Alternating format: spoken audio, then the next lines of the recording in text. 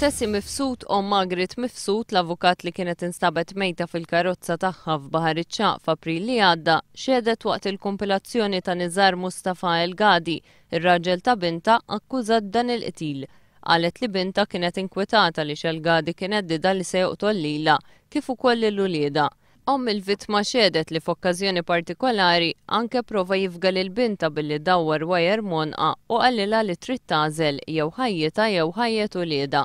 Ftit ġimgħat qabel ma Mifsud instabet mejta, El Gadi kien taqata meta staħba fil-but tal-karozza tagħha u qallilha li għamel dan biex juriha li jaf kollox dwarha.